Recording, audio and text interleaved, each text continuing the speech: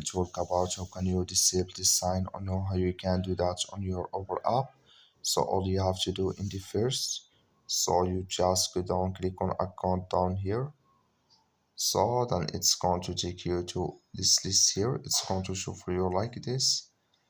Then you're scrolling down here, click here on settings. So then when you click here on settings, it's going to take you to this list.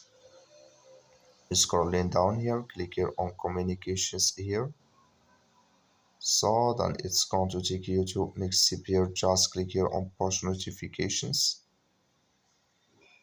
Until you will find here promotional offers. Click in this sign. Like you see color, it's gone. That's mean promotional offers disabled with us now. Then we will go back here. Click here on save changes. Then it's going to save with you. That's all. Thank you for watching. Don't forget to support us by liking.